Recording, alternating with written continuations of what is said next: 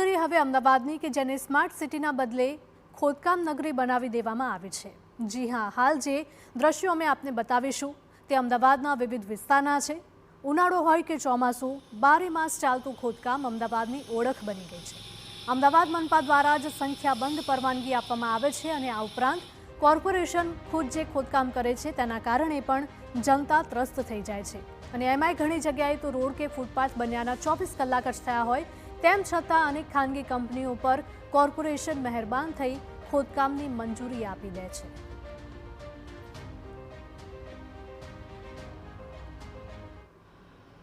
અમદાવાદમાં 12 માસ ખોદકામ જોવા મળતું હોય છે। અમદાવાદનો કોઈ પણ એવો વોર્ડ કે કોઈ પણ ઝોન નહીં હોય કે જે જગ્યા પર ખોદકામ જોવા ન મળતું હોય।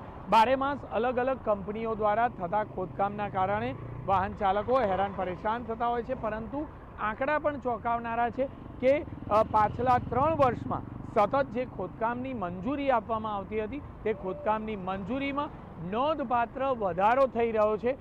સીધી વાત છે કે પાછલા વર્ષમાં એટલે કે વર્ષ 2025-26ની વાત કરવામાં આવે તો 4202 જેટલી જગ્યાઓ પર સ્થળો પર ખોદકામની મંજૂરી આપવામાં આવી છે। એટલે કે જે આપ દ્રશ્યોમાં જોઈ રહ્યા છો તે માત્ર એક જ મંજૂરી છે, ભલે તે ગમે તેટલા કિલોમીટર સુધી તેની કામ કરવાની જે જગ્યા હોય તે જગ્યા પર મંજૂરી આપવામાં આવી હોય, પરંતુ મહત્વપૂર્ણ બાબત એ છે કે જો આ જ પ્રકારે ખોદકામની આડેધડ રીતે મંજૂરી આપવામાં આવતી હોય તો આખરે અમદાવાદીઓને સારા રસ્તા ક્યારે મળશે?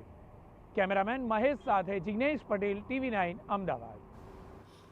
તો આ મામલે જગ્યાએ અમારા સહયોગીએ ડેપ્યુટી મ્યુનિસિપલ કમિશનરને સવાલ કર્યા તો તેમણે દાવો કર્યો કે અમદાવાદ વાયર ફ્રી સિટી છે, જેથી તેનું બ્યુટિફિકેશન જાળવી રાખવા પરવાનગી આપવામાં આવે છે।